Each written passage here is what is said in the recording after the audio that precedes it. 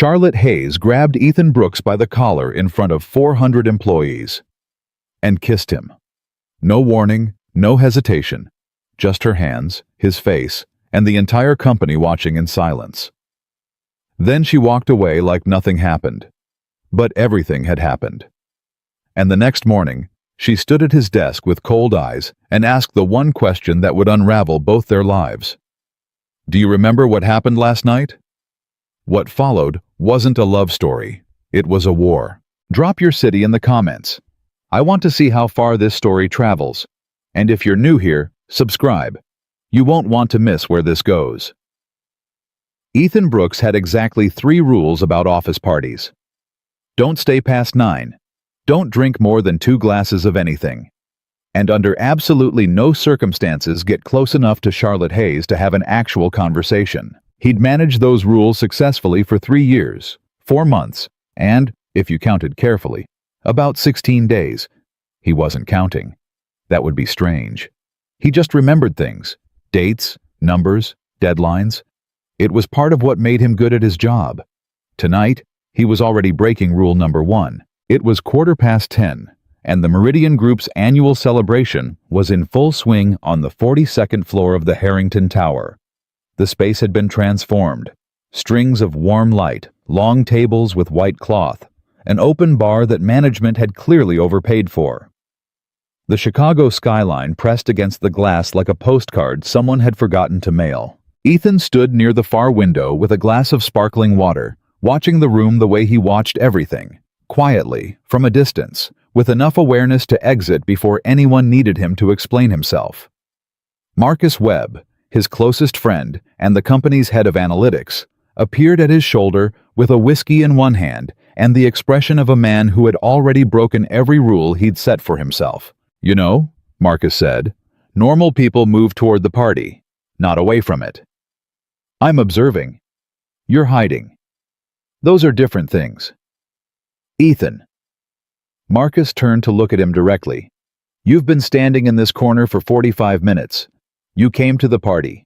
You're at the party. Be at the party." "I am being at the party." Marcus sighed the sigh of a man who had known Ethan Brooks for 11 years and accepted, somewhere around year 4, that certain arguments weren't worth finishing. He followed Ethan's eyeline across the room instead. "She's something, isn't she?" Marcus said quietly. Ethan didn't answer, which was its own kind of answer. Charlotte Hayes stood near the center of the room like the room had been designed around her, which, in a certain sense, it had been. 28 years old, 2 years into her tenure as the youngest CEO in Meridian Group's history, and she carried herself the way certain people did when they'd spent their entire lives being exactly as capable as they claimed. She wore a dark navy dress, simple and precise. Her posture never relaxed. Her eyes never stopped moving. She was currently speaking with a group of senior investors, men in their 60s who had the comfortable bearing of people who'd never once doubted they belonged in any room they entered. She was listening to one of them with complete attention, her expression professionally warm, her glass of champagne barely touched. "She's going to close that merger," Ethan said. "She's going to close a lot of things before the night is over," Marcus muttered. "I heard the board has been pushing her hard this week. The Callaway deal is apparently not as clean as she presented it." Ethan looked at him. "Where'd you hear that?" "Victor Kane's assistant talks when she's stressed, and she's been very stressed." Victor Kane, Chief Operating Officer, the man who smiled at every meeting like he was already planning what he'd say at the funeral. Ethan said nothing. He just turned back to the window. Sure. He didn't plan to move toward her. That was the truth he would tell himself later, and it would even be partially accurate. What actually happened was that he went to refill his water near the bar, and the bar happened to be on the same side of the room as the investor cluster, and he overheard 3 words that made him stop. "Not your decision." Charlotte's voice. Low, controlled, but with an edge underneath it like a wire pulled too tight. He slowed without stopping, didn't turn around, just let his hand rest near the bar counter and listened the way he sometimes listened in difficult supplier negotiations, present enough to absorb, invisible enough not to disrupt. Charlotte. The voice belonged to Gerald Foss, Meridian's oldest board member, and the kind of man who genuinely believed that speaking quietly made his threats more sophisticated. "We're simply expressing concern. The timeline you've projected for the Callaway integration is realistic," she said. "Aggressive. Those aren't the same word." "No," Foss said, "but they can lead to the same outcome." Silence. "The kind that has weight." "Gerald." Charlotte's voice shifted. Not warmer exactly, but more deliberate. "I have run every variable. I have stress-tested every assumption. The Callaway deal closes in 60 days. The integration follows the structure my team built over 14 months. And the only people who benefit from slowing it down are the ones who weren't involved in building it." A pause. "Is there something specific you'd like to raise? Because I'd rather have that conversation directly than through implication."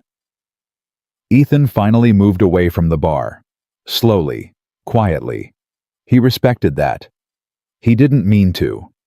He'd built a careful, deliberate professional distance from Charlotte Hayes, because caring about her competence felt like the first step toward a much more complicated set of problems.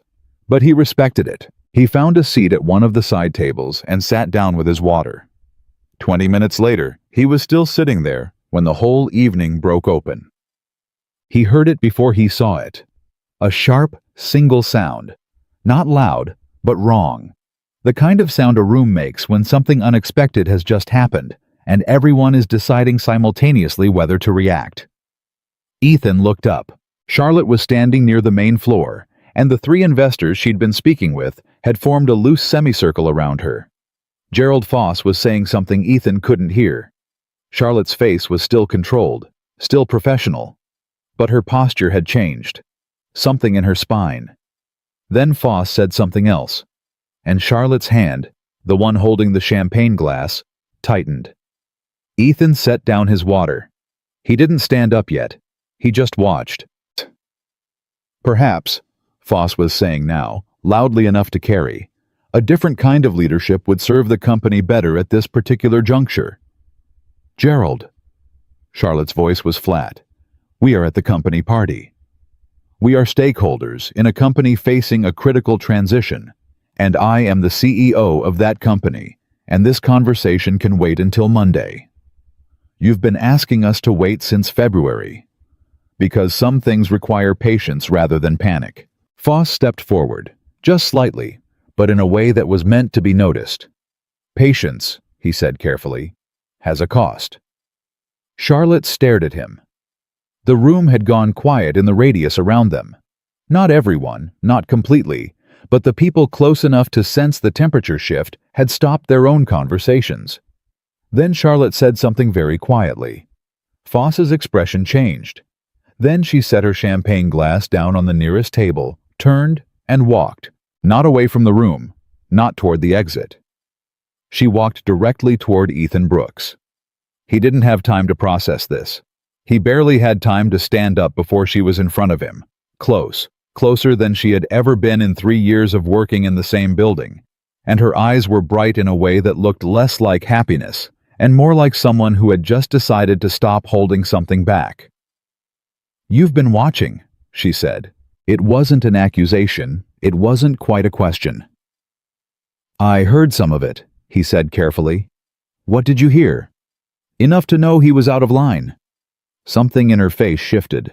Not much, just enough. "Ethan Brooks," she said, and he realized, with a small, strange shock, that she knew his name the way you know something you've thought about rather than simply been told. "You've worked here for almost 4 years and we've never had a real conversation. We've had meetings. That's not a conversation." He didn't know what to say to that, so he didn't say anything. She reached past him and picked up his glass of sparkling water from the table, looked at it, looked at him. "You don't drink," she said. "Not tonight." "Why not tonight specifically?" "I had a rule." She looked up. "Had?" He didn't answer. She set the glass back down. And then, for a moment, she just looked at him. Like she was calculating something, or solving something, or deciding something she wasn't sure she was allowed to decide. "He's going to try to remove me," she said, quietly, factually. "Foss. He's been building toward it for months. Tonight was just the first time he said it out loud in front of witnesses." Ethan looked at her carefully. "Do you have what you need to stop him?" "I have everything I need," she said. "What I don't have is—" She stopped. "What?" She shook her head slightly. Then she looked at the room. At the investors, the executives, the employees with their phones and their drinks and their careful social orbits. And then back at him. "Do you know what the loneliest thing in the world is?" she asked. He waited. "Being the smartest person in a room full of people who need you to fail, just a little," she said. "Just enough to make their own positions feel safer." The room was still moving around them. Music, conversation, laughter from the far end. But in this small, still space near the side table, the party felt very far away. "I know something about that," Ethan said. She looked at him. "Not the same way," he added. "But something." She studied him for a long moment. And then she did something he would later be unable to fully explain. Unable to reduce to cause and effect. Unable to fit into the careful logical structure he usually applied to the things that surprised him. She leaned forward. And she kissed him. Not recklessly. Not desperately. With a kind of clarity that was almost more surprising than the act itself. Like a decision being executed rather than an impulse being surrendered to. 3 seconds, maybe 4. Then she stepped back. And Ethan stood there, completely still, while 400 people processed what they had just witnessed. The phones were out before she'd fully pulled away. He didn't see them. He was looking at her face. And her face, for the first time all evening, held absolutely nothing he could read. She didn't apologize. She didn't explain. She just looked at him for one more moment, and then she turned, and she walked toward the elevator, and the room parted around her like it always did. Ethan stood where she'd left him.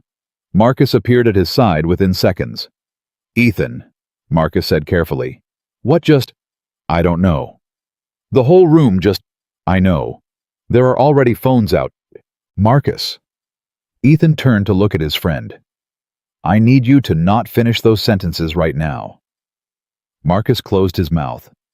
The party went on around them. But something had shifted. In the room, in the evening, and in a way Ethan could feel but not yet name, in everything that would come after.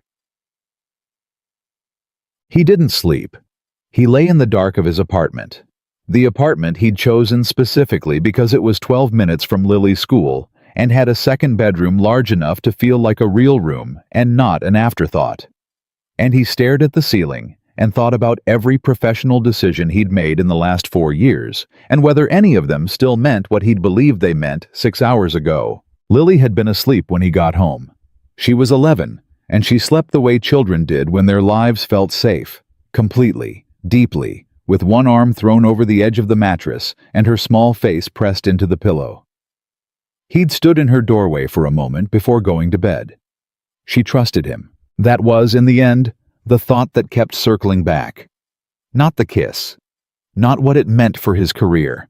Not what the board would say or what the video, and there would be a video, Marcus had basically confirmed it, would do to his reputation.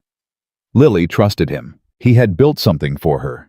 A life that was stable and honest and, if not always easy, at least reliable. A father who showed up. A home that felt like a home. She'd lost her mother when she was 7, and Ethan had spent 4 years making sure she never felt like she was carrying that loss alone. And now? He pushed the thought away. At 6:47 in the morning, his phone buzzed. Not a text, not an email. An internal company message from a system account he didn't recognize. "Mr. Brooks, Miss Hayes would like to speak with you at 8 a.m. Please come directly to her office." He read it 3 times. Then he got up, made coffee, packed Lily's lunch for the babysitter, kissed his daughter on the forehead while she was still mostly asleep, and drove to the office. He got there at 7:52. The 43rd floor, Charlotte's floor, was quieter than usual at this hour. Her assistant, a composed young woman named Rachel, who had the practiced calm of someone who had worked through several corporate crises and intended to work through several more, looked up when he stepped off the elevator. "Mr. Brooks," Rachel said, "she's expecting you. Go ahead." He walked to the corner office door, knocked once. "Come in." He opened the door. Charlotte Hayes was standing at her window, the one that faced east, where the morning light came in flat and clear, with a coffee cup in both hands and her back to him. She was dressed already. Dark jacket, simple, professional, like she'd been at work for hours. Maybe she had been. He closed the door behind him. She turned around. In the morning light, without the party, without the champagne and the music and the loaded electricity of 400 witnesses, she looked like a different version of herself. Not softer exactly, but more exposed. Like the machinery was still running, but the casing had been removed. She studied him for a moment. Then she asked it. "Do you remember what happened last night?" Ethan looked at her steadily. "Yes," he said. She nodded, just once. "I owe you an explanation," she said. "You don't owe me anything," he said carefully, "but I'll listen if you want to give one." She set her coffee down, looked at the window, then back at him. "I was angry," she said. "Foss had been the things he said, and I'd been holding it together all night, and then you said—" She stopped, reorganized. "You said you knew something about that, what I described, and I believed you, which is—" Another pause. "I don't usually believe people quickly." "I noticed," he said. She almost smiled. Almost. "It wasn't about you," she said. "The kiss. I want to be honest about that. It wasn't— I didn't—" She exhaled. "I made a decision in a moment that I don't regret emotionally, but I do recognize professionally. It was a problem," he said. "Yes. An HR problem. Yes. A board problem. Possibly. A merger problem." She looked at him sharply. "If Foss uses this," Ethan said, "and he will try to use this, the question isn't what the kiss meant. The question is, what narrative gets built around it? And we're about 24 hours away from that narrative getting written by someone other than us."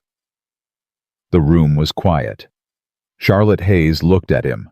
Really looked at him. For what might have been the first time.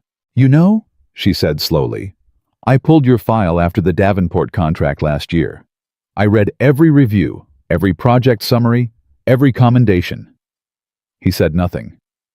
"You've been quietly exceptional for almost 4 years," she said, "in ways that most of this company never noticed." "I wasn't trying to be noticed." "I know." She picked up her coffee again. "That's what I noticed."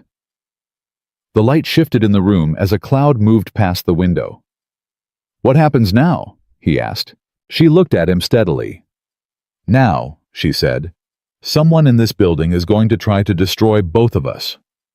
He held her gaze. "Then we'd better figure out who it is before they get the chance." Outside the office, 43 floors below, the city was waking up. And somewhere in the building, in a server, on a phone, in someone's carefully laid plan, a video was already spreading. Neither of them knew yet how far it would go.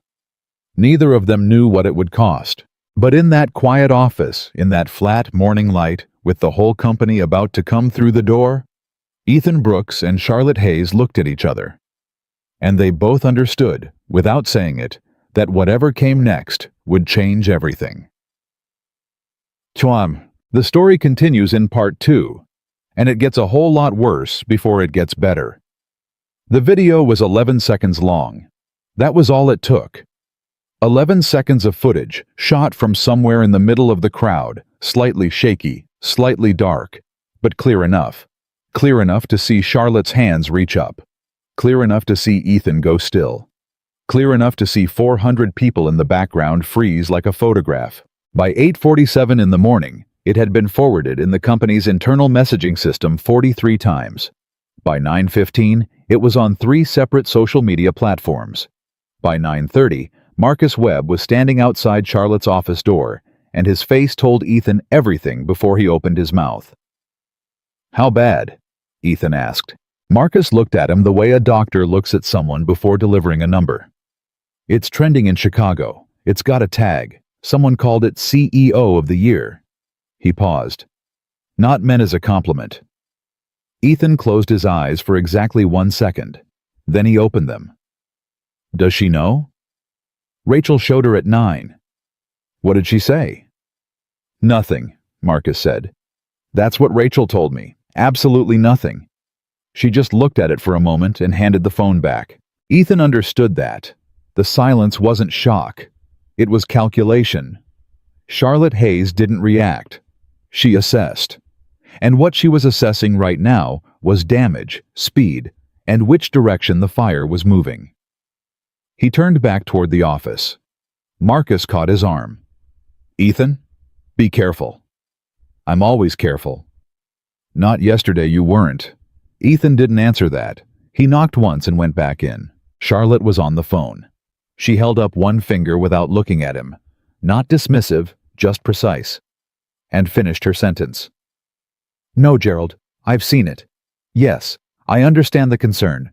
I'd ask you to hold that thought until we speak in person." A pause. "Monday, my office. Yes." She hung up. She set the phone down on the desk like she was setting down something heavier than it looked. "Foss," Ethan said. "He called before 9. She stood up and moved to the window. Which means he had the video before most of the company did. Which means someone sent it to him specifically, selectively. Ethan processed that. "That's not a leak, that's a delivery." "No," she said quietly. "It's not." The room held that for a moment. Then Charlotte turned around. "I need you to go back to your desk. Work your normal day. Don't respond to anything. Not a text, not an email, not a comment in the hallway. If anyone asks you about last night, you say you have no comment, and you forward their name to Rachel." "And you?" "I have 4 calls and a legal consult before noon." He looked at her steadily. "Charlotte." She met his eyes. "This started with you," he said carefully. "But it's going to land on both of us." "I know. So I need to know that we're handling this together, not you handling it and me sitting at my desk pretending last night didn't happen." She was quiet for a moment. Something moved behind her eyes. Not vulnerability exactly, but the thing that lives one layer beneath control. "Together," she said, "but carefully." He nodded once and left.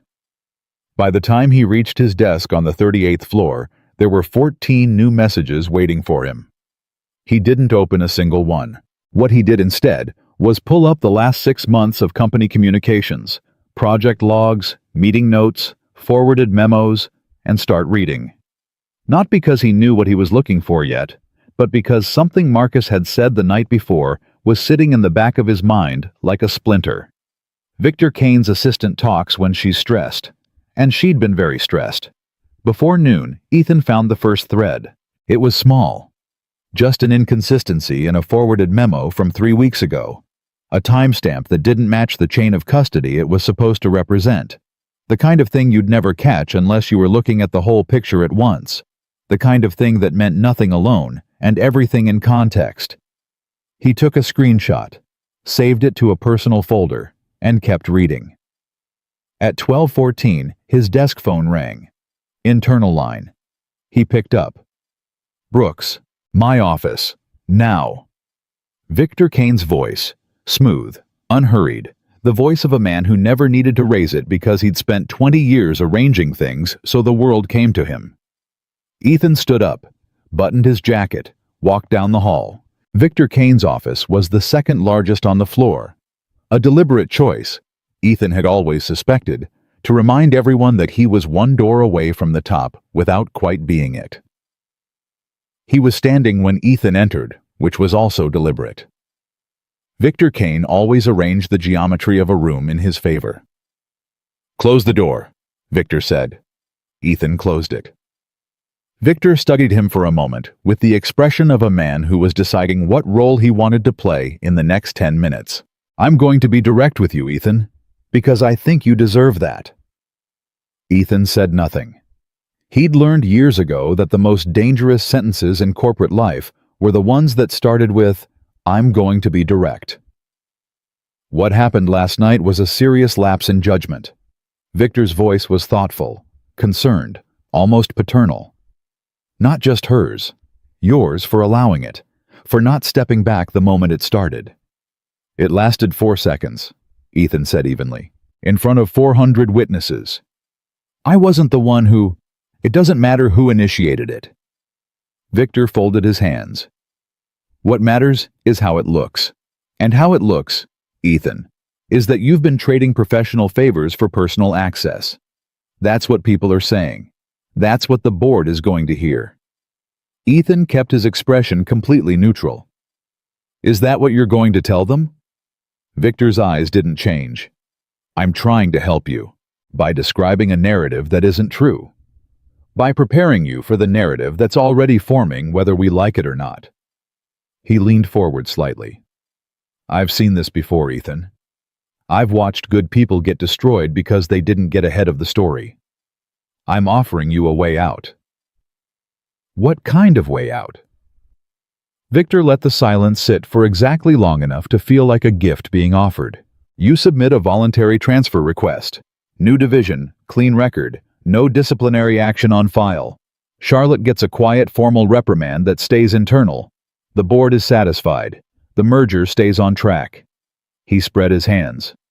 "Everyone moves forward." Ethan looked at him. "And in exchange?" Ethan asked. Victor's expression was perfectly benevolent. "Nothing. Just the clean break." "Right." The two men looked at each other. Ethan had worked in logistics for 12 years.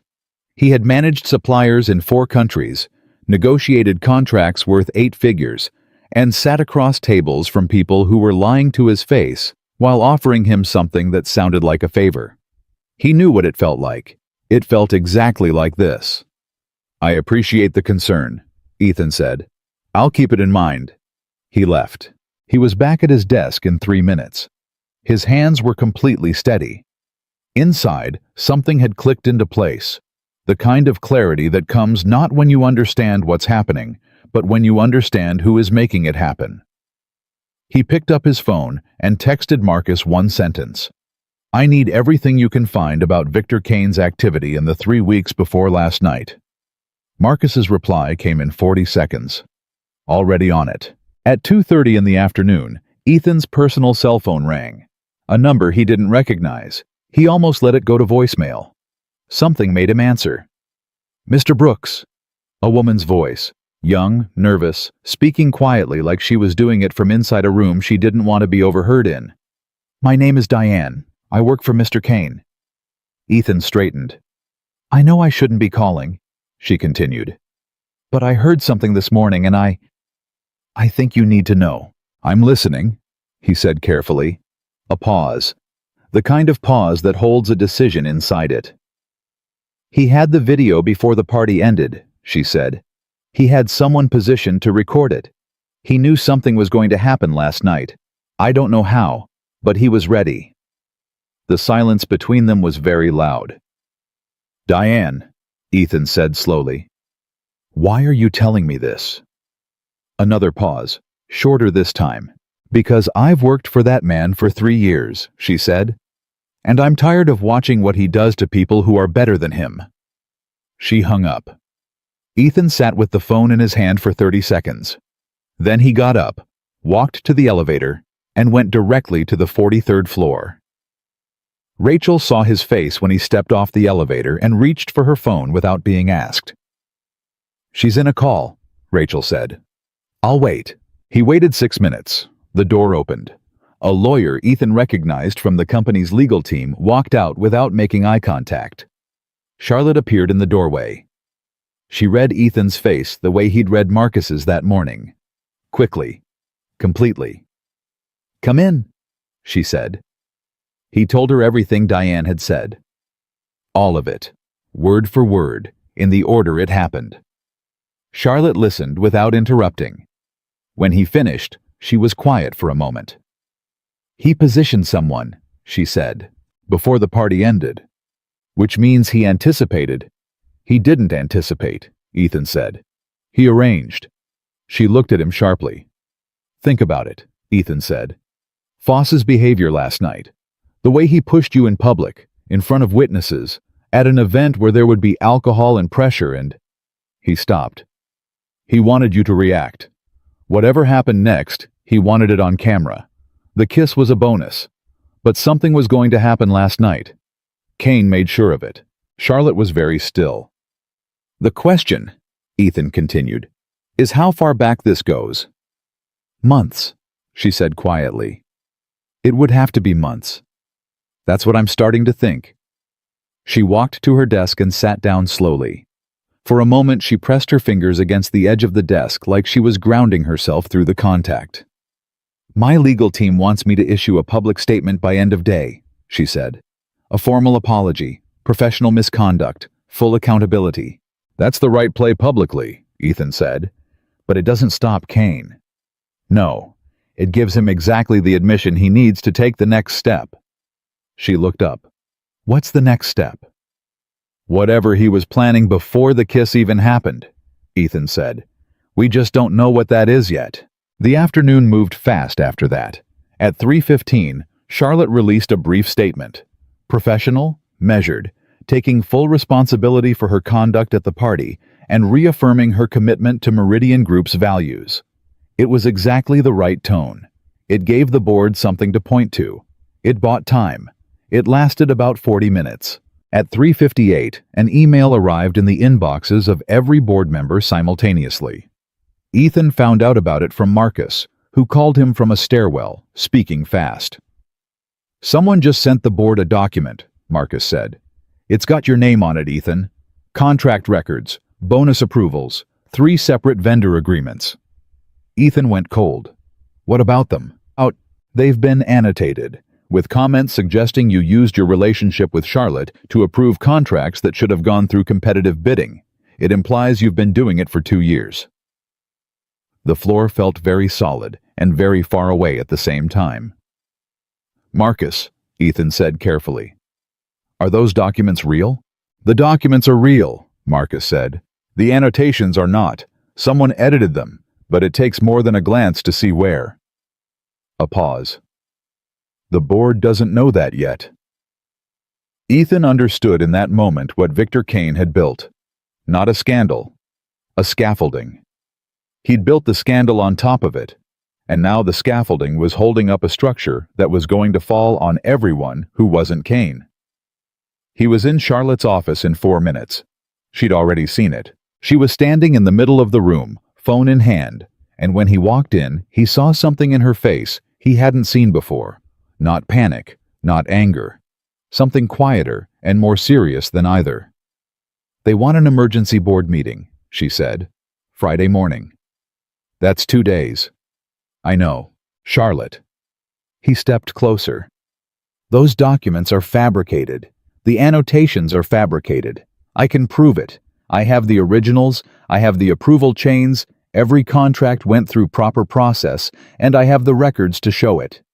"I know you can prove it," she said, "but the board is going to see the version Kane sent them first, and first impressions in a boardroom are hard to undo," he finished. She nodded. He thought for a moment. "Then we don't let that be the first impression. We get ahead of it. Tonight." She looked at him. "We compile everything," he said. "Every original document, every approval chain, every timestamp. We build a counterbrief, and we have it in every board member's inbox before they go to sleep tonight, before Kane's version has time to settle." Charlotte was quiet for 3 full seconds. "If we do that," she said carefully, "and it works, Kane knows we're onto him." "He already suspects it," Ethan said. "The Diane call was probably a test to see how quickly I'd move." Her eyes sharpened. "You think he sent her?" "I think it's possible. Or I think she's genuine and he's monitoring her calls. Either way, he's watching." "Then we assume he's watching everything." "Yes." She nodded once. The decision was made the way she made all her decisions, completely, without circling back. "I'll call Rachel in," she said. "We start now." They worked until 8:30 that night. It was the strangest 4 hours of Ethan's professional life. Not because of the work itself. The work was what he knew: organizing information, tracing chains of custody, building a factual case. But because of who he was doing it with. Charlotte Hayes worked the way she did everything. Precisely, quickly, without wasted motion. She asked good questions. She caught things he missed.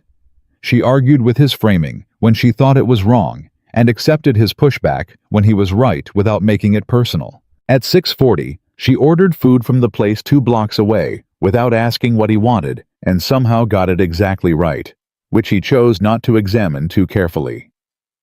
At 7:15, she said, "You never told me about your daughter." He looked up from his laptop. "I saw the emergency contact forms when I was reviewing your file last year," she said.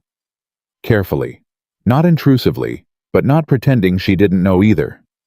"Lily, she's 11? "Yeah," he said. "Is she okay?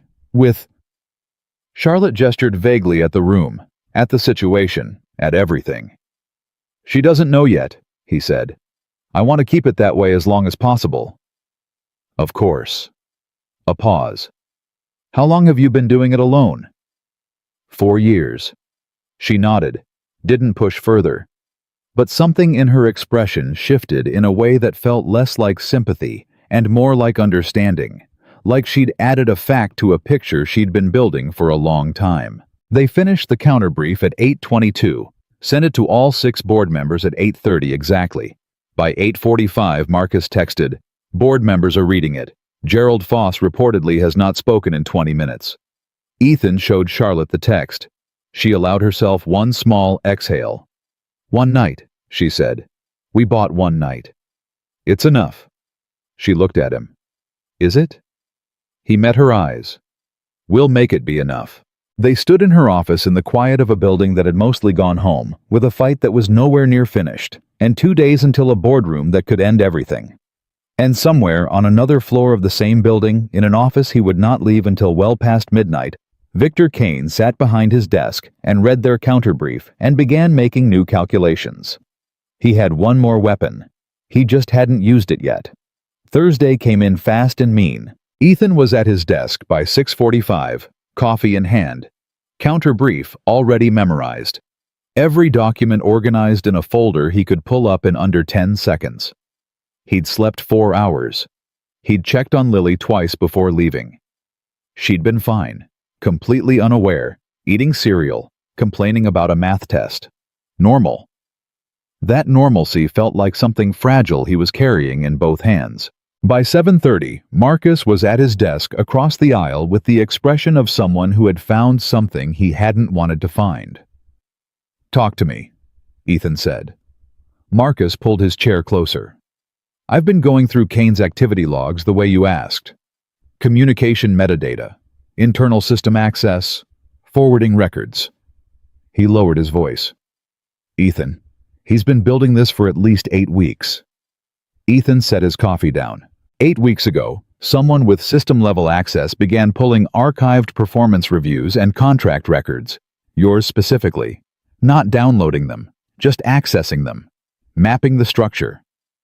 Marcus tapped his laptop screen without turning it to show the open office floor. 3 weeks ago, someone began making very small edits to scanned document images. We're talking pixel-level changes to approval signatures and timestamps.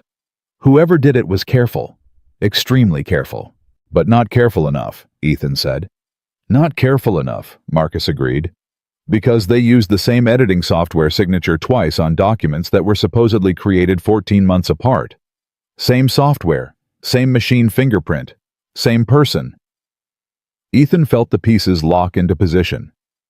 "Can you prove the machine fingerprint belongs to Kane?" Marcus hesitated. "I can prove it belongs to a device registered on the company network to his office. That's not the same as proving he touched the keyboard himself. It's enough to raise serious questions. It's enough to get someone fired if it lands right. Marcus said. But Ethan, if Kane finds out we have this before Friday morning, he'll move first, Ethan said. He'll move fast. They looked at each other. Don't tell anyone else, Ethan said. Not yet. At 8:50, his phone buzzed. Charlotte, meet me at the legal suite. Now. He was there in 3 minutes. Charlotte was already seated at the long conference table with 2 members of the legal team, Sandra Pruitt, the company's general counsel, and a younger attorney named David Park, who specialized in corporate governance. Both of them had the focused, slightly grim expressions of people who were being paid to solve a problem they hadn't anticipated. Charlotte looked at Ethan when he walked in. Close the door. He did. Tell them what you told me last night, she said. About Kane. He laid it out. Diane's call. The document anomalies. Marcus's findings that morning. The 8-week timeline. He was concise. He hit every relevant point and stopped. Sandra and David exchanged a look that carried a full conversation in it. Sandra spoke first. If what you're describing is accurate, we're looking at deliberate fabrication of corporate records with intent to manipulate board judgment. That's not just a termination offense. I know what it is, Ethan said.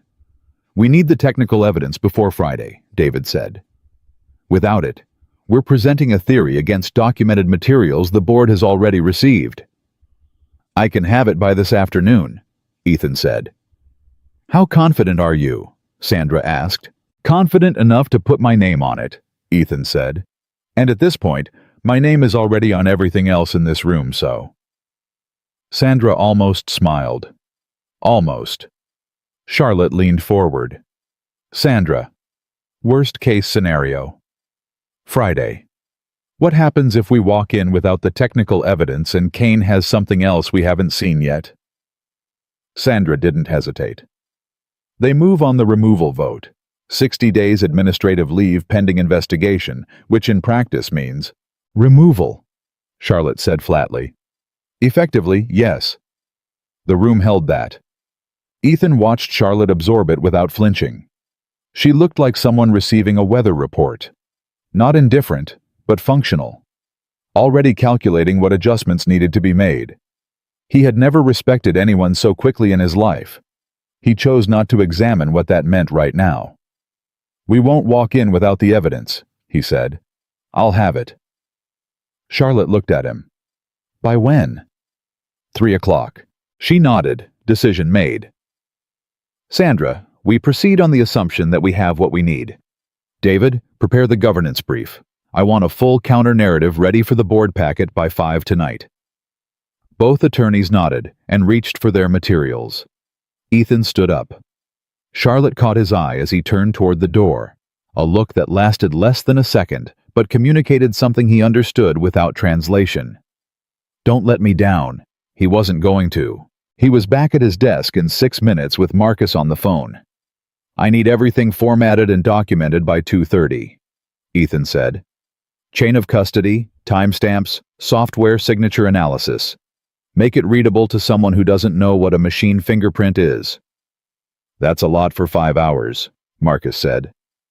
Marcus? A pause. I know. 2:30. 2. The morning moved at a pace Ethan recognized from the worst deadline cycles of his logistics career. Hours that felt both too fast and too slow, where every new piece of information was also a new variable, and the variables kept multiplying. At 10:15, he got a message from Diane. Not a call this time, a text from a number he didn't recognize, different from the one she'd used before.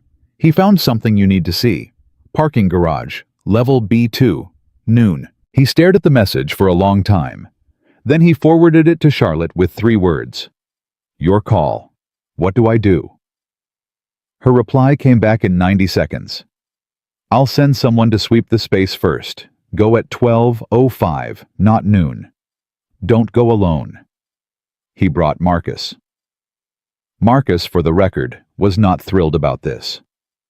I'm a data analyst, Marcus said as they rode the elevator down.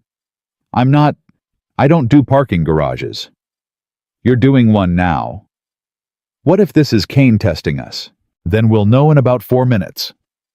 Level B2 was mostly empty at that hour. The security sweep Charlotte had arranged, 2 people from the building's facilities team who looked like they'd been briefed quickly and professionally, gave them a clear signal as they came off the elevator. Diane was standing near a support column, hands in her jacket pockets. She was younger than Ethan had imagined from her voice. Late 20s, with the look of someone who had been holding something heavy for a long time and was very tired of the weight. "You came," she said. "You said you had something," Ethan replied. She reached into her bag and pulled out a thumb drive, held it out. "He keeps a personal backup server," she said. "Not connected to the company network. He thinks it's clean. He doesn't know that our IT system logs all local device connections, including air-gapped drives, whenever they interface with a company computer." She pressed the drive into Ethan's hand. 3 weeks of files, including the original audio he recorded at the party and the edited version he was planning to release. Ethan went very still. "Audio. He put a recording device in a plant arrangement near the bar," she said. "It caught your conversation with her, early in the night, before the—" She stopped. "He edited it, cut it, rearranged it. In the edited version, it sounds like the 2 of you planned the kiss in advance, like it was a performance, a distraction." "A distraction from what?" Ethan asked. "From the Callaway merger financials," she said. "He's been suggesting to certain investors that Charlotte inflated the projections. If the board thinks she was manufacturing a public moment to distract from bad numbers, then she's not just guilty of bad judgment," Ethan said quietly. "She's guilty of fraud." Diane nodded. Her face was pale. Marcus was looking at the thumb drive in Ethan's hand like it was a live grenade. "Diane?" Ethan said. "Why now? You've been sitting on this? Why today?" She was quiet for a moment. Then, "Because yesterday afternoon he told me to delete something. A file. He told me it was routine cleanup." She swallowed. "It wasn't routine. It was the backup of the unedited audio. The original. He wanted it gone." She looked at Ethan steadily. "I didn't delete it. I copied it to that drive instead." "That was a dangerous thing to do," Ethan said. "I know," she said. "I did it anyway." He looked at her for a long moment. "Are you safe?" "For now. He doesn't know yet." She pulled her bag back onto her shoulder. "Please be fast." She walked past them and disappeared into the elevator without looking back. Marcus exhaled slowly. "Okay," he said. "Okay. So, that happened." "Come on," Ethan said. "We're going back upstairs." They were back on the 38th floor in 8 minutes, door closed, thumb drive plugged into an isolated laptop Marcus kept for exactly this kind of analysis. The files opened. There were 47 of them. Document edits, communication logs, financial projections with annotation histories that showed exactly who had changed what and when. And at the bottom of the list, 2 audio files. One labeled simply, "Party Recording, Original." One labeled, "Party Recording, Board Presentation." Marcus played the original first. Ethan heard his own voice. Charlotte's voice. The conversation they'd had near the side table. Her champagne glass, his sparkling water. The words about being the smartest person in a room full of people who needed her to fail. It was exactly as he remembered it. Then Marcus played the edited version. Ethan listened to 30 seconds of it and felt something cold move through his chest. It was the same voices, the same room. But the sentences had been surgically rearranged. In the edited version, Charlotte said, "We need to give them something to talk about tonight." And Ethan's voice answered, "Something that redirects attention." And Charlotte responded, "Something they won't forget." None of those sentences, in that combination, had ever been spoken. But they had been said. Individual words and phrases, lifted from their real context and rebuilt into something that had never happened. "He's good," Marcus said quietly. "Is it detectable?" Ethan asked. "With the right tools and the original to compare? Yes, absolutely." Marcus was already pulling up audio analysis software. The splices are clean but not perfect. There are frequency gaps at the edit points, less than 1/100th of a second, but they're there. He looked at Ethan. Anyone listening casually would never catch it. Anyone looking for it with the right equipment catches it, Ethan finished.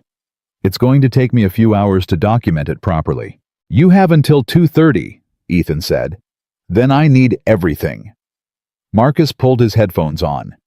Ethan picked up his phone and walked into the hallway and called Charlotte. She picked up on the first ring. He told her about the audio. There was a silence on the line that lasted exactly 4 seconds. He counted them without meaning to. And then she said very quietly, "He was going to walk into that boardroom tomorrow and play that recording." "In front of the entire board," Ethan said. "After the fabricated documents had already primed them. After Foss had already been building the narrative for weeks."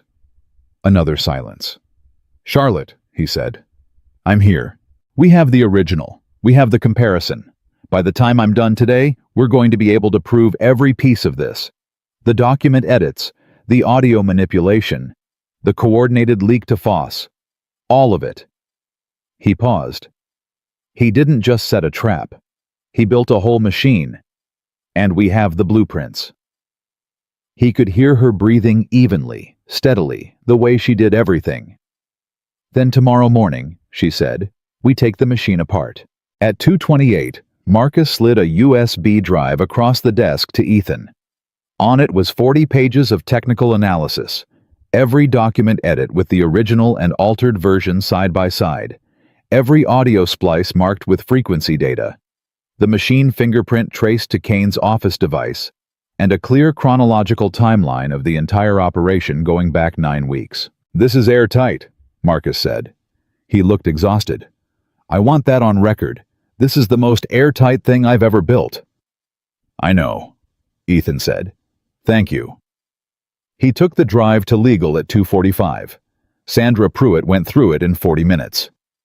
She looked up when she was done with an expression that had moved from grim focus into something sharper.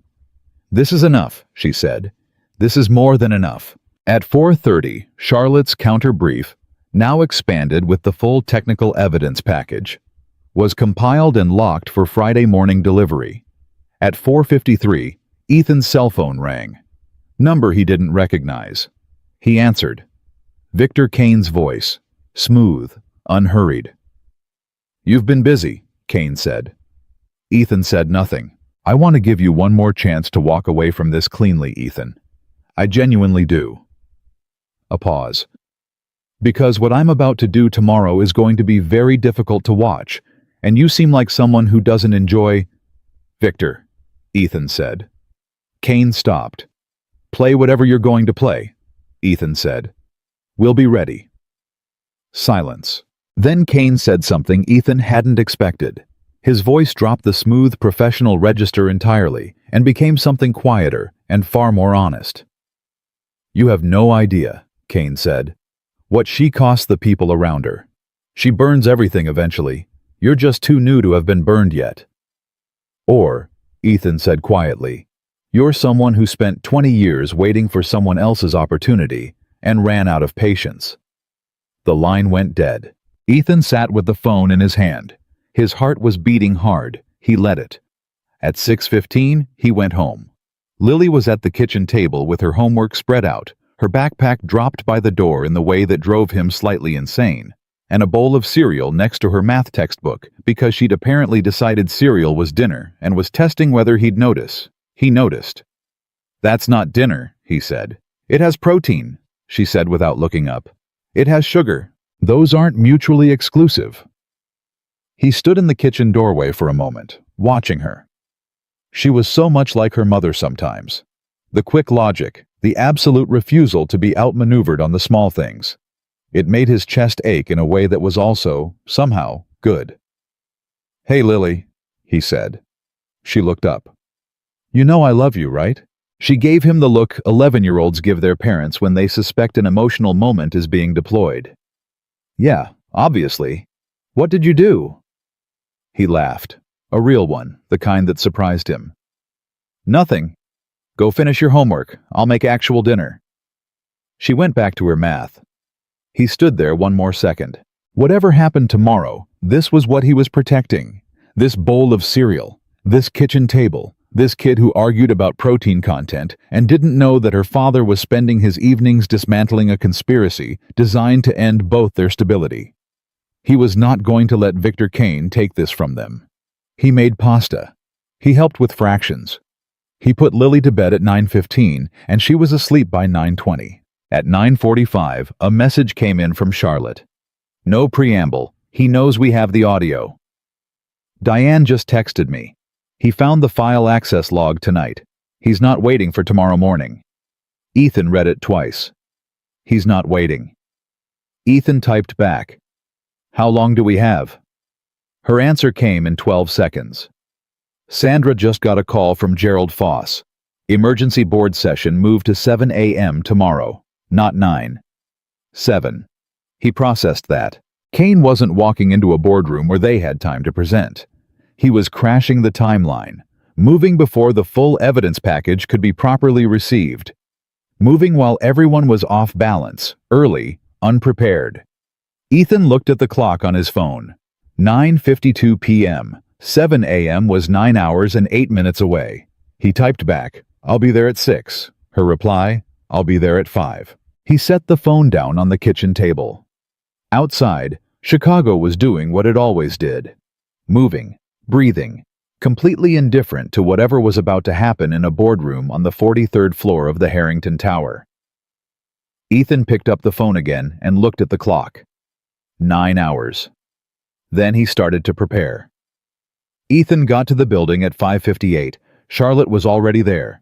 He knew she would be. She was in the legal suite with Sandra Pruitt and David Park, all three of them working from laptops with coffee cups that suggested they'd been there a while.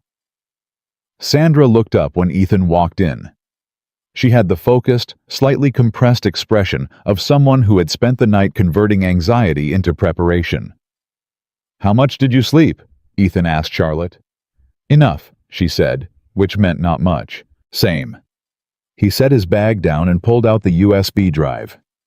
Everything is on here in order. Technical analysis first, then the document comparison, then the audio splice documentation, then the timeline.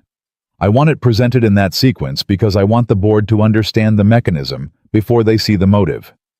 Sandra nodded. I agree with that structure. We have 63 minutes, David said. Kane is going to arrive early and try to set the room before we get there. Then we get there first, Charlotte said. She stood up. Sandra, you and David take the main boardroom. Get our materials on every seat before anyone else comes in. Ethan. She looked at him. You're with me. They walked to the boardroom together at 6:20. The 43rd floor was quieter than Ethan had ever experienced it. The kind of quiet that precedes something significant. Not empty, but held. Sandra and David were already inside, placing printed document packets at each of the 8 board seats. Charlotte stood at the head of the table and looked at the room the way a general looks at a battlefield she has chosen herself. If he plays the audio first, Ethan said quietly, standing beside her, before we can present the analysis, then we let him, she said. He looked at her. Let him play it, she said. Let the board hear it. Then we show them what it actually is. She turned to face him. Because the most powerful thing we can do in that room is not stop him from lying. It's let him finish the lie and then prove it in front of everyone who just watched him tell it. Ethan thought about that for a moment. That's a risk, he said. Everything in that room is a risk, she said.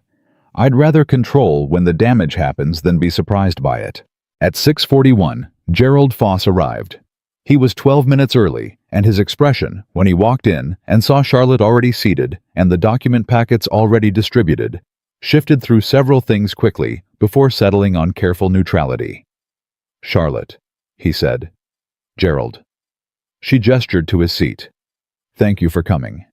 He sat down without responding to that. Looked at the packet in front of him. Didn't open it. At 6:48, the other 4 board members arrived in a group, which told Ethan they'd been coordinating in the lobby, or possibly since last night. Margaret Cho, the board's finance chair, caught his eye as she sat down and held it for just a moment. He couldn't read what was in it. At 6:53, Victor Kane walked in. He was dressed perfectly. He always was. The kind of man whose appearance communicated that everything was under control because he was the one controlling it. He carried a slim leather portfolio and moved to his chair with the ease of someone who had already decided how the next 90 minutes would go. He looked at Charlotte. She looked at him. Nothing was said, but the room felt it. "Let's call this to order," Foss said. He looked at Charlotte. "I think given the circumstances, we should allow Victor to present what he brought to our attention yesterday. As the initiating concern—" "Of course," Charlotte said, calmly. "Victor, please go ahead."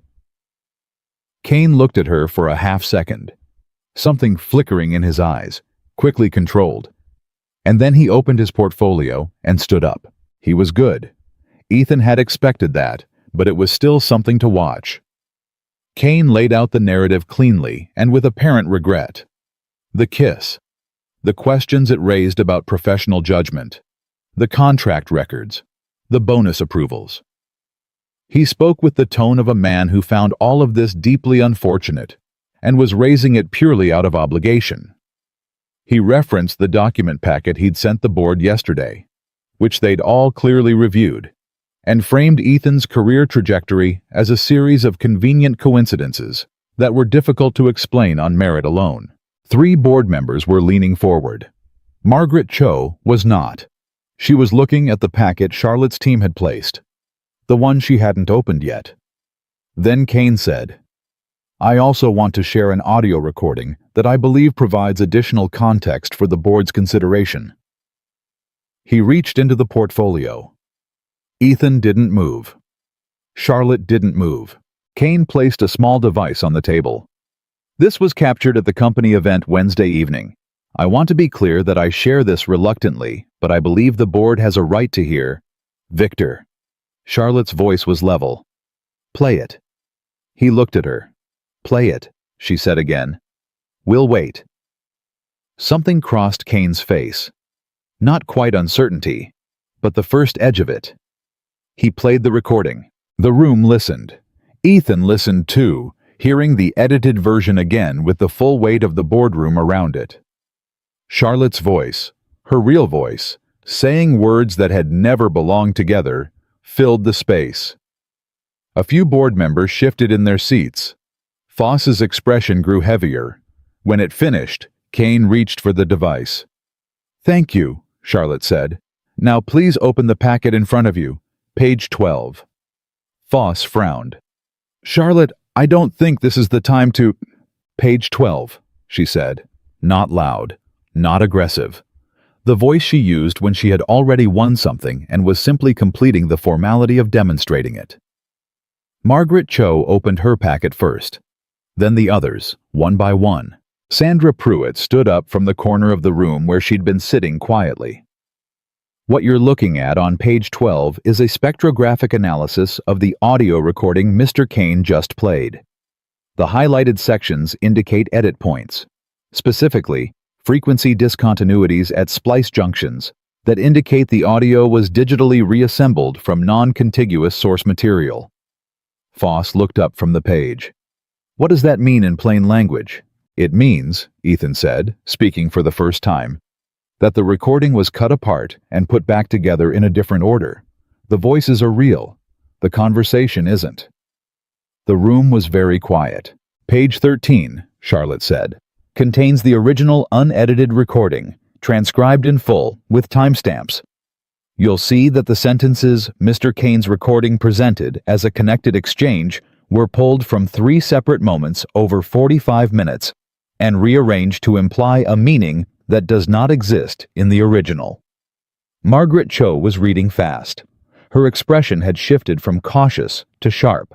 "Page 14, Charlotte continued, is the technical documentation tracing the editing software used to create the altered recording to a specific device registered to Mr. Kane's office on the company network." Kane stood up. "That analysis is—" Verified by an independent forensic audio specialist, Sandra said, whose credentials are on page 15, along with his signed affidavit.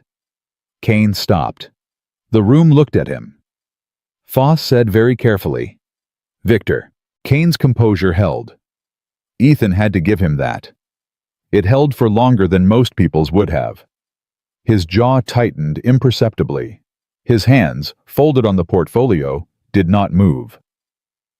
"This is a retaliatory framing," Kane said. His voice was still controlled.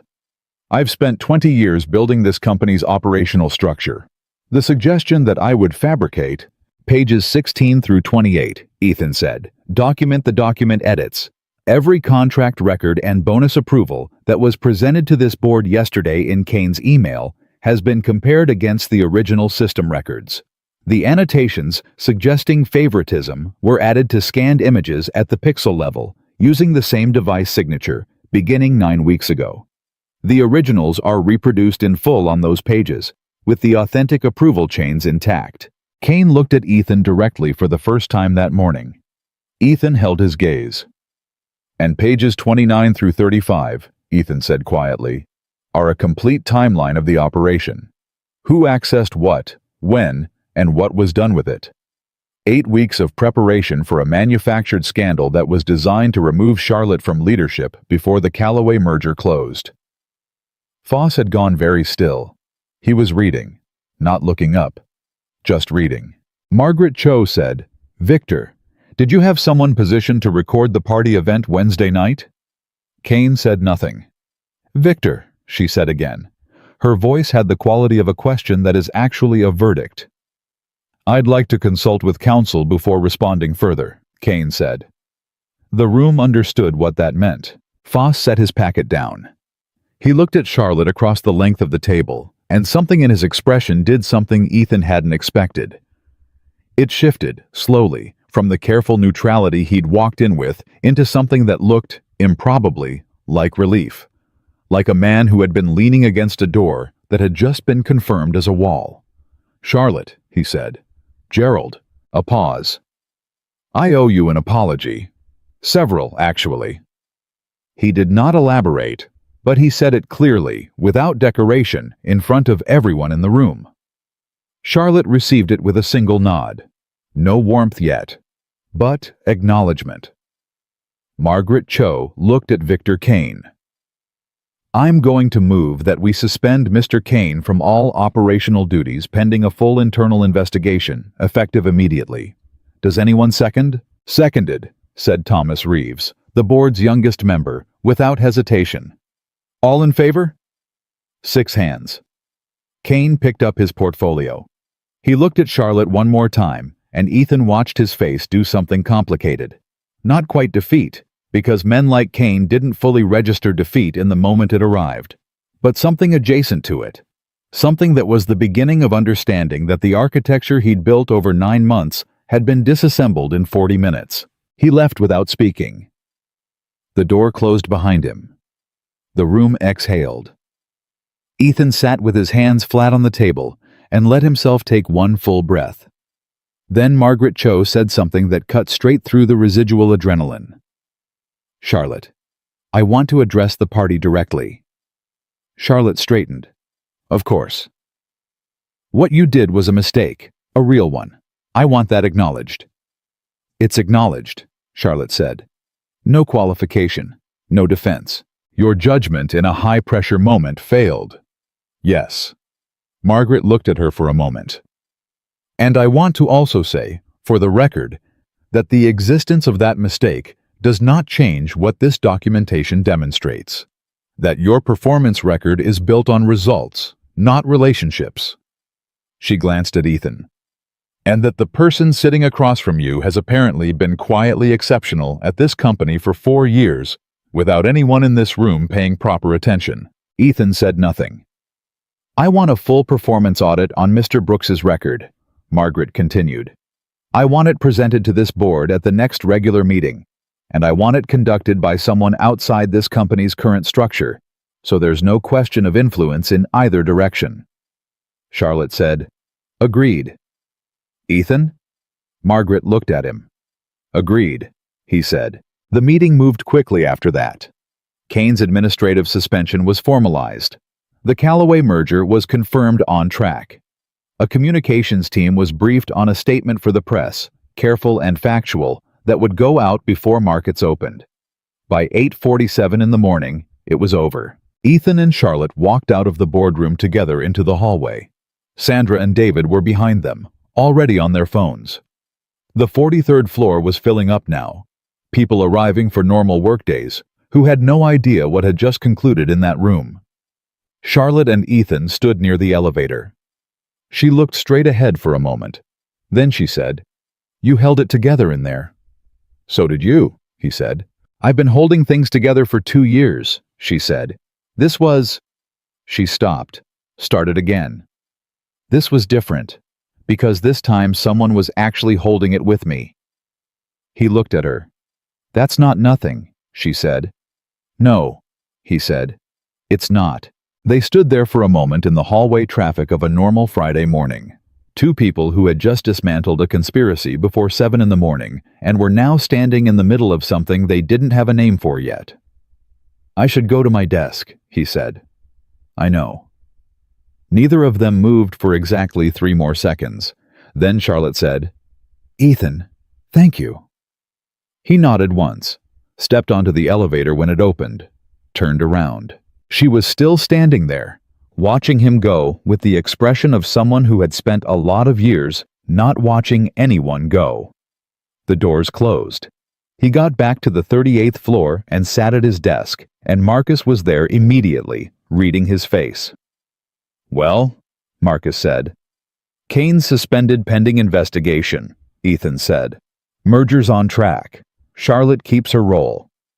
Marcus closed his eyes for a second. Okay, good. "The board is doing an independent audit of my record." Marcus opened his eyes. "That's fine," Ethan said. "It should be fine, because my record is clean." "I know it is." "Then there's nothing to worry about." Marcus studied him. "Are you okay?" Ethan considered the question honestly. "I think so," he said. "Ask me again in a few days." The morning moved on. By noon, the company had issued its press statement. By 1 in the afternoon, 3 media outlets had picked up the story of Kane's suspension, most of it framed around corporate governance and the Callaway deal. The party footage was still online, still circulating, probably would be for a while, but the narrative around it had shifted. What had been framed as a CEO's reckless impulsivity was now complicated by the revelation that someone had deliberately manufactured the context around it. At 2:30, Ethan got a call from Lily's school. He picked up fast. "Mr. Brooks?" The voice belonged to Lily's homeroom teacher, Mrs. Patterson. Careful, slightly apologetic. "I wanted to let you know that Lily had a difficult morning. Some of her classmates were talking about a news story, something about her father and a company situation. She overheard some of it." Ethan pressed the phone harder against his ear. "She's okay," Mrs. Patterson said quickly. "She's fine. She handled it better than most kids would have. But she got quiet this afternoon, and I wanted you to know." "Thank you," he said. "I'll be there at pickup." He sat at his desk for a moment after hanging up with the weight of that settling into him. He'd been so focused on the board, on Kane, on Charlotte, on the evidence. He'd been protecting everything except the thing he'd most needed to protect. He left early. Lily was waiting outside the school when he pulled up. She got in the car and didn't say anything immediately, which told him she was deciding what to say. She did that. Processed first, then spoke. She'd gotten that from him. "I heard some stuff today," she said finally, as he pulled away from the curb. "I know," he said. "Mrs. Patterson called me." Lily was quiet for a second. "Is any of it true?" He looked at her in the rearview mirror. 11 years old, with her mother's direct gaze and his stubbornness, looking at him with the full weight of a question that deserved a real answer. "The part where I work for a company, and something complicated happened this week. That part is true," he said. The part where people said I did something dishonest. That is not true, and that part got corrected today. Corrected how? We proved it, he said, with evidence. She thought about that. Who's we? Me and some people I work with. Another pause. Then, that lady who was on the news, the CEO. Ethan kept his eyes on the road. Yes. Lily was quiet for a while longer. The kind of quiet that in an 11-year-old is usually more thinking than it looks like. Dad, she said. Yeah. Some kid today said you got special treatment because she liked you. A beat. I told him that you've been working there for 4 years and you're really good at your job, and that if he was going to say something about my dad, he should at least get his facts straight. Ethan kept his hands on the wheel. And then what? He asked. And then he didn't say anything else, Lily said, with the calm finality of someone who considered the matter resolved. He laughed, the real kind, twice in 2 days. She kept doing that to him. You're pretty good at that, he said. I learned from you, she said. You always say get the facts before you say anything. He drove home through the Chicago afternoon with his daughter in the back seat, and the city going on around them the way it always did. And for the first time since Wednesday night, the thing he was carrying felt like it had the right weight for what it actually was. Not a catastrophe. Not a ruin. Just a hard week that he had moved through with his integrity intact, and his daughter still looking at him like he was exactly who she thought he was. That was enough. That was, in fact, everything. At home, after dinner, after Lily was set up at the kitchen table with her homework, his phone buzzed once. Charlotte. No words, just a single photograph. A printed copy of the formal board resolution, signed by all 6 members, confirming her continued role as CEO of Meridian Group. Below it, she'd typed 4 words. It held. We held. He set the phone down. Outside, Chicago was doing what it always did. Inside, his daughter was arguing with fractions again, using the same tone she used on kids at school who got their facts wrong. Ethan Brooks sat at his kitchen table, in the life he had built, and for the first time in 5 days, he let himself be still. 6 months is long enough to forget what a crisis feels like from the inside. Long enough that the sharp edges of it soften into something that resembles, from a distance, just another hard chapter that ended without destroying everything it touched. It was not long enough for Ethan Brooks to stop being careful. He was careful by nature. He had been careful before the party, before the kiss, before the boardroom, before all of it. Careful was the operating mode of a man who had built something real out of loss and was not interested in watching it come apart. But the 6 months after the Friday morning boardroom had added a different quality to that carefulness. Not fear exactly, but the kind of earned awareness that comes from having seen precisely how fast a life can be rewritten by someone else's hand. Victor Kane's investigation had concluded in March. The findings were thorough, damning, and quietly devastating to the reputation of a man who had spent 2 decades building one. Fabrication of corporate records, coordinated manipulation of investor sentiment, unauthorized recording and alteration of private communications. He had resigned before the board could formally remove him, which his attorney had apparently advised as the cleaner option, and the legal proceedings that followed were the kind that happen in conference rooms rather than courtrooms. Settlements, NDAs, the careful language of institutional damage control. Charlotte had not spoken publicly about Kane beyond the single statement the company's communications team had drafted in February. She didn't need to. The investigation spoke for itself. The Callaway merger had closed in March as well, on schedule, exactly as Charlotte had projected, at terms that made the board members who had doubted her look at their hands quietly during the announcement meeting. Margaret Cho had started every subsequent board session by referencing the Q1 results. Not gloating. Just making sure the data was visible. Ethan's independent performance audit had been completed in April. Clean. Completely clean. Every promotion, every contract approval, every commendation. All of it documented, verified, independently assessed. The board had received the report on a Tuesday. By Thursday, he had been offered the directorship of a new international division that Meridian was building from the ground up, reporting through a separate governance structure entirely. He'd taken it. He was good at it. He'd known he would be. That wasn't arrogance. It was just the honest assessment of a man who understood his own capabilities and had spent 4 years applying them in a space too small for what they actually were. Lily had said, when he told her about the promotion, "Obviously. Can we get a dog now?" He had said no. She had looked at him with the expression that meant she was filing this conversation for future reference. They did not get a dog. What they did get was stability, the deep, quiet kind that doesn't announce itself but is present in the specific texture of ordinary Tuesday evenings. Homework at the kitchen table. Real dinners. Weekend routines that had started to feel like traditions rather than schedules. Lily had joined the school's debate team in April and had developed a habit of practicing her arguments on Ethan, which he found simultaneously exhausting and genuinely impressive. He thought about Charlotte often.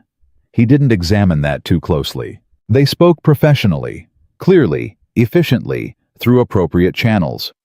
He reported to the board through a separate structure, which meant their direct interaction was limited by design. That design had been Charlotte's idea.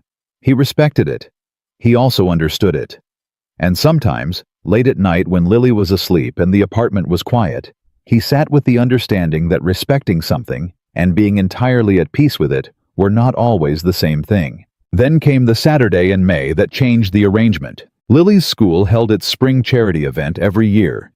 A community fair in the park 2 blocks from campus, organized by the Parent-Teacher Association, cheerfully chaotic in the way that school events always were.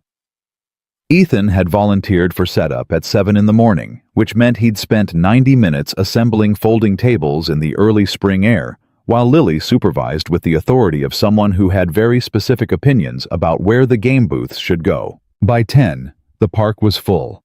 Parents, kids, the reliably good-natured noise of a community event that existed for no purpose other than to be good for the people in it. Ethan was staffing the ring toss booth, which was not what he'd planned, but plans at school fairs had a way of becoming irrelevant. At 10:23, he looked up and saw Charlotte Hayes walking through the park entrance. No bodyguards, no assistant, no professional armor of any kind. She was wearing jeans and a light jacket and carrying a coffee cup, and she was looking at the fair with an expression he'd never seen on her face before. Something open and slightly uncertain, like someone arriving somewhere they weren't sure they'd be welcome. She hadn't been invited. He hadn't known she was coming. He stood at the ring toss booth and watched her scan the crowd and find him, and something in her expression when she did, just for a second before she reorganized it, told him that finding him had been the thing she'd been looking for. She walked over. "Hi," she said. 11 months since the party. 6 months since the boardroom. He had not heard her say something as small as hi since any of it started. "Hi," he said. She looked at the ring toss. "Are you working the booth?" "Apparently." "How's your aim?" "Terrible," he said. "I've been doing this for 40 minutes and I haven't landed one." She almost laughed. Actually, almost. "That's not great for business." "The kids don't seem to mind. They're better at it than I am." She stood there for a moment, hands around her coffee cup, in the noise and color of a school fair that had absolutely nothing to do with Meridian Group or board meetings or mergers or any of the things that had defined every interaction between them for the past year. "I should have called first," she said. "I almost did. About 12 times. What stopped you?" She thought about it honestly. "I didn't want it to be a call. I wanted—" She stopped, looked at the fair around them. "I wanted to see this, the actual thing, not a phone call version of it." He looked at her. "Why?" She met his eyes. "Because you told me once that your daughter trusts you. And I realized I'd been thinking about that for months. What it means, what it looks like." She paused. "I wanted to see what you built, Ethan. The real thing." Before he could respond, something collided with his left side at moderate speed. Lily, arriving from the direction of the game booths with a prize ticket in one hand and the expression of someone who had just won something and needed to tell someone about it immediately. "Dad, I got 3 in a row on the—" She stopped, looked at Charlotte, then back at Ethan, then back at Charlotte with the direct, assessing gaze of an 11-year-old who had inherited her father's ability to read a room. "You're the CEO," Lily said. Charlotte blinked. "I am. I've seen you on the news." "That's—" "Yes, probably. You look different in person," Lily said, not unkindly. "Just factually." "So I've been told," Charlotte said. Lily considered her for another moment. Then she held out her prize ticket. "I won this, but I don't want it. It's for a stuffed animal, and I'm too old for stuffed animals. You can have it if you want." Charlotte looked at the ticket, then at Lily. Then she reached out and took it with both hands as if it were something more significant than a paper slip. "Thank you," she said. "You're welcome," Lily said. She looked at Ethan. "I'm going back to the booth. Mrs. Patterson needs people for the cakewalk. Don't be boring." Then she was gone. Ethan watched her go. "She's extraordinary," Charlotte said quietly. "I know. She gets that from you." "She gets most of it from her mother," he said. "But I'll take credit for the stubbornness." Charlotte smiled. A real one. Not the professional warmth she deployed in meetings, or the controlled expression she wore when the stakes were high. Something quieter and more unguarded than any version of her he'd seen before. They spent the morning at the fair. That was the simple truth of it. She stayed, and they walked through it together, and Charlotte Hayes turned out to be, without any boardrooms or mergers or scandals organizing the space between them, someone who asked good questions and listened to the answers, and laughed at the right moments, and spent 20 minutes helping a group of 7-year-olds with a beanbag toss with the same focused precision she brought to quarterly projections. Lily reappeared periodically, observed the situation with the ongoing assessment of someone running a long-term evaluation, and said nothing conclusive. At 12:30, the 3 of them ate lunch at one of the folding tables Ethan had assembled at 7 that morning.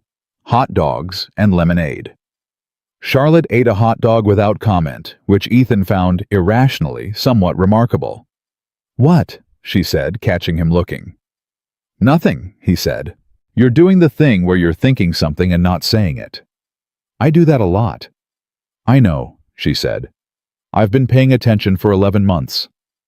Lily looked up from her lemonade. "Is this a thing?" she asked, gesturing between them. "Lily," Ethan said. "I'm asking," she said. "Because if it is a thing, I think you should just say so. You always tell me that not saying things makes them bigger than they are." Ethan looked at his daughter. She looked back at him with complete, uncomplicated patience. Charlotte was very still beside him. "She's right," Charlotte said quietly. "I know she's right," Ethan said. Then, "I know," he said. "I know." Lily picked up her lemonade and looked away with the tactful disinterest of someone who felt the scene had been adequately nudged and was now politely stepping back. That afternoon, while Lily helped with the cleanup crew with the dedication of someone who had taken the word volunteer extremely seriously, Ethan and Charlotte walked the outer path of the park. Not quickly, not with anywhere particular to be. "I have something for you," Charlotte said after a while. He looked at her. She reached into the inside pocket of her jacket and pulled out a folded piece of paper. Held it out. He took it, unfolded it. It was a form. A Meridian Group disclosure form. The relationship disclosure document that HR required when 2 employees in different reporting structures chose to pursue a personal relationship. It had been updated after the Kane investigation, part of the governance reforms the board had pushed through in March. The new version was simpler, cleaner, designed to protect both parties and create transparency rather than just documentation. At the top of the form, Charlotte's signature was already there. He looked at it for a long time. "I'm not pressuring you," she said. "I want to be clear about that. I brought it because I wanted to be honest about where I am, what I'm choosing, regardless of what you decide." He looked up from the form to her face. "You signed it already," he said. I signed it already, she confirmed. That's a risk, he said. Everything with you has been a risk, she said. I've noticed I make better decisions with you than I do without you. I thought that was worth acknowledging. He looked back at the form, at her signature, confident and clear, the way she wrote everything. Charlotte, he said. Yes. 6 months ago you told me trust had to be earned in daylight. I remember. It's daylight, he said. She held his gaze. It is. He folded the form carefully and put it in his jacket pocket. I'm not signing it today, he said. Something moved in her expression. Not because I don't want to, he said carefully. Because I want Lily to be part of this decision. Not the paperwork, but the decision. She's been through enough changes without being consulted. Charlotte was quiet for a moment. Then she nodded, once, slowly, with the expression of someone who has just received information that has recalibrated something important. She stopped. That's the right answer. I know, he said. I would have signed it without thinking about her, she admitted. I know that too. Is that a problem? He looked at her honestly. It's something you'd learn, he said. If you wanted to. She looked at him for a long time. A park full of families and children and the specific noise of a Saturday that had nothing to do with anything professional moved around them. And Charlotte Hayes stood in the middle of it and looked at Ethan Brooks the way she looked at things she had decided to understand completely. I want to, she said. 3 weeks later, on a Saturday evening, Lily was doing homework at the kitchen table when she looked up and said, completely unprompted, if the CEO lady came to the fair because she likes you and you like her, you should probably just do something about it. Because it's been like a whole year and that's kind of a long time. Ethan looked at her over his coffee. When did you get so direct? He said. I'm on the debate team, she said. We did a unit on efficient communication. She looked back at her homework. Also, she gave me her number at the fair and told me to call her if I ever needed anything, and I think that was her trying to be nice, but also maybe trying to make sure you knew she was serious. Ethan set his coffee down. She gave you her number? At the cakewalk, Lily said without looking up. She wrote it on a napkin. It's on the fridge. He looked at the refrigerator. There was a napkin stuck under a magnet shaped like the state of Illinois, with Charlotte's handwriting on it, a phone number, and below it, in smaller letters, for Lily, or for your dad if he's finally ready. He stood there for a moment. Then he picked up his phone. She answered on the second ring. I saw the napkin, he said. A pause, then a sound that was absolutely a laugh, quickly controlled. She showed you. She's on the debate team, he said. She communicates efficiently now. Dangerous, Charlotte said. Extremely. He leaned against the counter. Charlotte. Yes. I want to do this right, he said. No secrets, no cameras, no one writing this story except us. Yes, she said. That's exactly what I want. Then dinner, he said. Next Saturday, somewhere real, somewhere we'd actually go. Not a work dinner, she said. Absolutely not a work dinner. Just dinner, he said. A pause. Yes, she said. Quietly, clearly, without qualification. He hung up and stood in his kitchen while Lily continued her homework with the focused disinterest of someone who had accomplished what she'd set out to accomplish and considered the matter handled. Efficient communication, Ethan said. You're welcome, Lily said. The form sat in his jacket pocket for 2 more weeks. He didn't rush it. Some things deserved the weight of the decision. Not because the decision was difficult, but because it mattered enough to be made correctly, consciously, in full daylight, with no one else's narrative attached to it. On a Sunday evening in early June, 3 people sat at a kitchen table with takeout containers and Lily's homework pushed to one side. Charlotte had brought the food. Lily had immediately recruited her to help with a history project, which Charlotte had approached with the same focused attention she brought to everything. And Lily had declared her actually useful, which Ethan recognized as the highest available rating in his daughter's assessment system. After dinner, Lily disappeared to her room with the particular tact of an 11-year-old who had absorbed, gradually, that certain moments deserved privacy. Ethan reached into his jacket on the back of the chair, pulled out the form, unfolded it on the kitchen table. Charlotte looked at him. He picked up a pen. He signed his name below hers, carefully, completely, in the same place he'd signed every important document of his adult life. His name next to hers on a piece of paper that said, in the institutional language of a corporation's HR department, that two people had chosen each other knowingly, honestly, and on the record. He looked at what he'd written, at both their names together. Then Charlotte said, very quietly, "Do you still remember that night?" He looked up. She was watching him with the expression she'd had in the morning light of her office 11 months ago. Exposed, unguarded, more honest than anything her professional life had trained her to be. "No," he said. She blinked. He reached across the table and took her hand. "Because everything that happened after it," he said, "became so much more important." She looked at their hands, then at his face. Something moved across her expression. Not the controlled warmth of a CEO managing a room. Not the brightness of a woman who'd drunk too much champagne under pressure, but something quieter and more lasting. The look of a person who has arrived somewhere they had not expected to want and found it was exactly right. From down the hall, Lily's voice. "Are you guys being weird and sentimental out there?" "Yes," Ethan called back. A pause. "Okay," she said. "That's fine. I'm busy anyway." Charlotte pressed her other hand over his and laughed. A real one. The kind that has no audience and no agenda. The kind that belongs entirely to the moment it lives in. Outside, Chicago was the same city it had always been, moving without concern through a June evening that had no idea it was significant.